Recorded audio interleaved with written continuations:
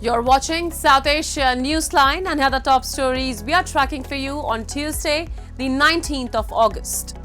India-China border talks highlight calm along LAC call for stronger ties. Pakistani villagers scared to go back to deluged homes after floods kill over 340.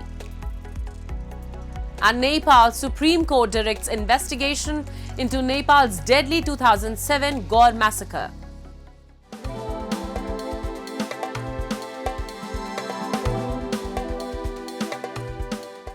And now for all the details. Chinese Foreign Minister Wang Yi and Indian National Security Advisor Ajit Doval, the special representatives of their respective countries, on Tuesday held the 24th round of the special representatives talks on the India-China border issue in New Delhi.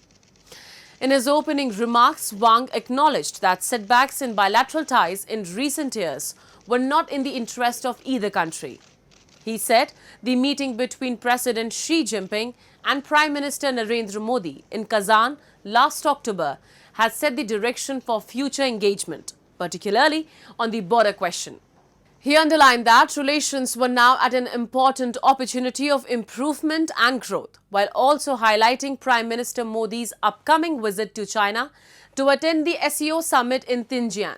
History and reality prove once again that a healthy and stable China-India relationship serves the fundamental and long-term interests of both of our countries. It is also what the developing countries all want to see, Wang said. NSA Doval welcomed the recent upward trend in bilateral ties, noting that the borders have remained peaceful over the past 9 months. Our bilateral engagements have been more substantial. The new environment that has been created has helped us in moving ahead in the various areas that we are working on, he remarked. About 9 months, there has been an upward trend.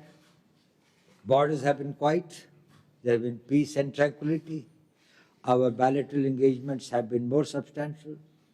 And we are most grateful to our leaders who, in Kazan, in October last, were able to set a new trend. And we have profited a lot since then.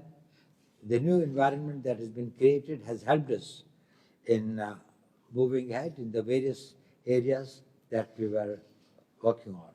Earlier on Monday, Wang also held bilateral talks with External Affairs Minister S. Jaishankar, covering issues of border peace, trade, and people-to-people exchanges.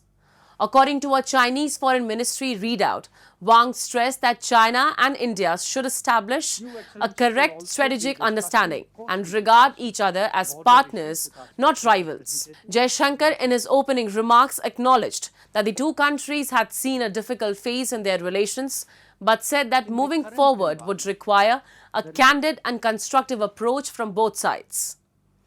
Ties between India and China had sharply deteriorated following the deadly military clash in the Galwan Valley in June 2020. Relations began to show signs of recovery last October after Modi and Xi reached a milestone pact in Russia to ease military tensions along the Himalayan border.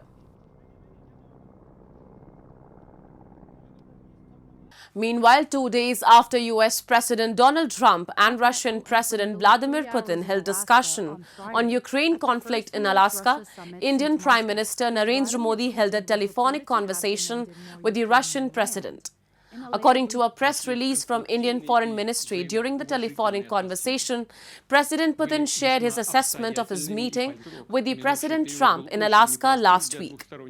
Taking to X, Indian Prime Minister, following the conversation, said India has consistently called for a peaceful resolution of the Ukraine conflict and supports all efforts in this regard. India had earlier welcomed the US-Russia summit, with the Ministry of External Affairs calling the progress made commendable. The Alaska summit between Putin and Trump, initially scheduled for 7 hours, concluded in less than 3. The two leaders issued brief, pre-prepared statements but did not take questions from reporters.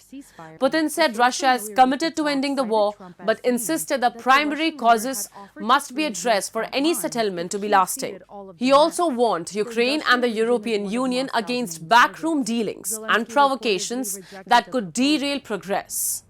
Trump described the talks as extremely productive, saying many points were agreed to and expressing confidence about reaching a ceasefire. However, he acknowledged significant sticking points with Moscow and noted that ultimately it's up to them, referring to Putin and Ukrainian President Volodymyr Zelensky.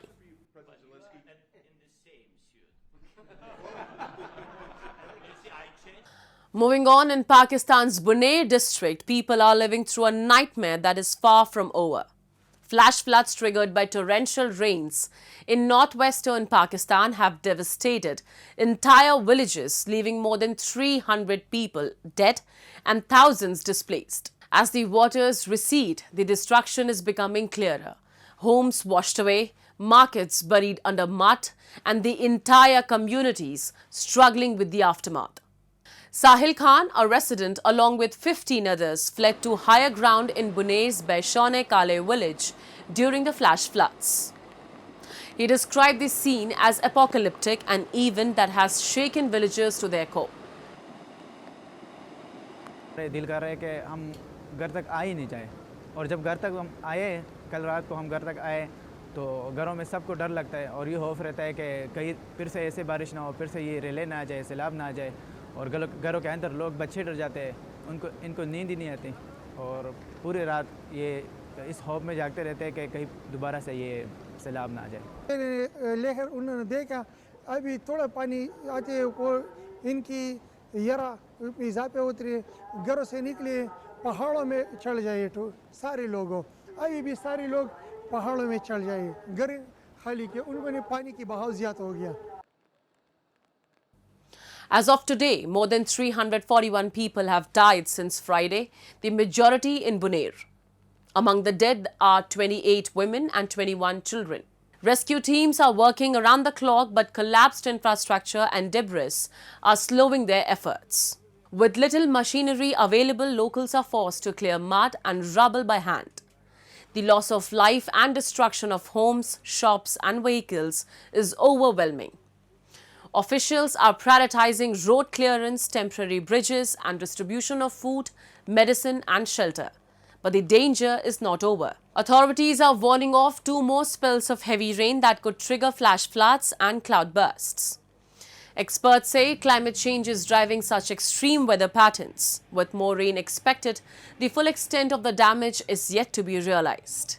The coming days will decide whether Bunair's residents can begin to rebuild or if more lives will be claimed by the floods. And lawyers in Pakistan-occupied Gilgit-Baltistan have been on strike for nearly 10 months now, bringing the region's legal system to a standstill. Their demands range from judicial appointments to long overdue land reforms. But with Islamabad turning a blind eye, frustration on the ground is mounting. A report. Lawyers in Diamur district of Pakistan-occupied Gilgit-Baltistan have been on strike since November 2024, with their protest now entering its 10th consecutive month.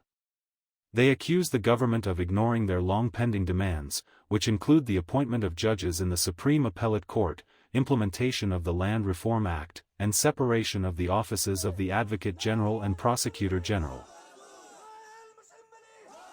ये सारे मुतालिबात जो हैं उनमें एक मुतालिबा वकला का ज़ाती था जो कि वकला को प्लाट देने के हवाले से, ये भी वकला का कोई नया मुतालिबा नहीं। यह 2011 से सुप्रीम अपीलेट कोर्ट की एक डिसीजन थी कि वकला को पर वकील फी एक कनाल ज़मीन दिया जाए। उसी फैसले की रोशनी में वकला ने इसको आखिरी डिमांड में आखिरी पॉइंट के तौर पर शामिल किया था। तो हुकूमत ने तो कोई मुस्बित रवैया अख्तियार नहीं किया वकला के साथ, लेकिन इसके साथ साथ ये जितने मामलात थे, ये मामलात जो हैं अवामी नौयत के थे, इसमें सियासी कायदीन हमारे हैं मजहबी रहनुमा हैं और दिगर जो स्टेक होल्डर्स हैं उन्होंने भी वकला के इन मामलात के साथ नहीं दिया, जिसकी वजह से यह मामला बहुत लंबा हो गया। अब वकला ने फैसला किया कि हम चुपके से स्ट्राइक पर रहे और हुकूमत के जो कान में जूं तक नहीं रहेंगी। तो अभी हमने कहा कि 3-3 दिन तक हर डिस्ट्रिक्ट के वकला जो हैं वो लोकल धरना देंगे और उसके बाद तमाम वकला मिलकर सीएम साहब के ऑफिस के सामने धरना देंगे। Protesters said their demand for land allotment, upheld by a 2011 Supreme Appellate Court ruling, has been ignored. They also highlighted that despite the public nature of these issues, political and religious leaders have failed to back them. Lawyers are further demanding the establishment of special courts, arguing that a single civil judge handling hundreds of cases compromises the delivery of justice.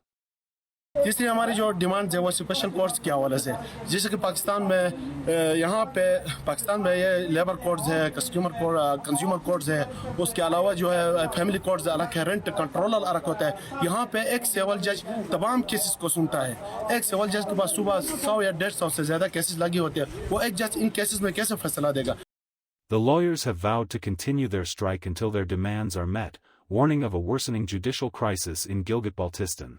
They accuse the authorities of deliberately denying citizens their right to fair justice and caution that this negligence is pushing the region deeper into crisis.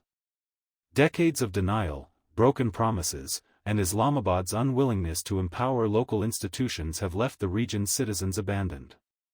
As Pakistan's rulers look away, Gilgit-Baltistan sinks deeper into judicial paralysis, another stark reminder of the state's apathy toward this occupied land. The situation in Afghanistan has reached a breaking point as millions face starvation and hunger amid cuts in international aid.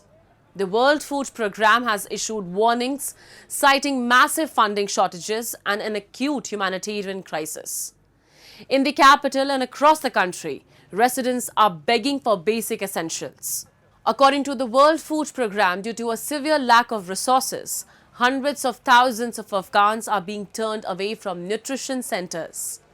The stark contrast between this year's funding and the last year's funding shows the grim reflection of the deepening crisis in Afghanistan. This year, the World Food Programme has only secured $155 million for Afghanistan and nearly $1.6 billion just 2 years ago.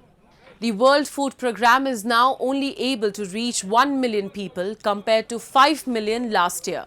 The crisis is even more severe in rural areas. Hundreds of clinics have closed due to lack of funds. This leaves families even more vulnerable. The United States has reduced its contributions amid political tensions, citing Taliban's control and the alleged diversions of funds. However, aid agencies are warning that people of Afghanistan are in the need of urgent help. And Nepal's Supreme Court on Monday issued a mandamus order directing the government to investigate the 2007 Gaur massacre, one of the deadliest incidents of political violence in the country's recent history. The court said investigations must proceed against those named in the complaint, including senior politicians. The massacre took place on March 21, 2007 in Gaur town of Rohtahat district during violent clashes between two political groups. The then Madheshi Janadhikar Forum MDRF, led by Upendra Yadav, and the then CPN Maoist at the rice mill ground. At least 27 people were killed in the violence. With the latest order, police will now reopen the case in which Yadav, currently chair of the Janta Samajwadi Party Nepal, along with more than 113 others, has been linked. Reports from the National Human Rights Commission at the time described the incident as inhumane and cruel. Victims were allegedly captured, beaten and executed. Some were attacked with blunt weapons, others bore injuries to sensitive body parts, while several others burnt. In some cases, bodies were paraded around a temple before being left at the site. The Supreme Court order comes 18 years after the killings, raising renewed attention to a case that has long symbolized Nepal's struggles with political violence and accountability.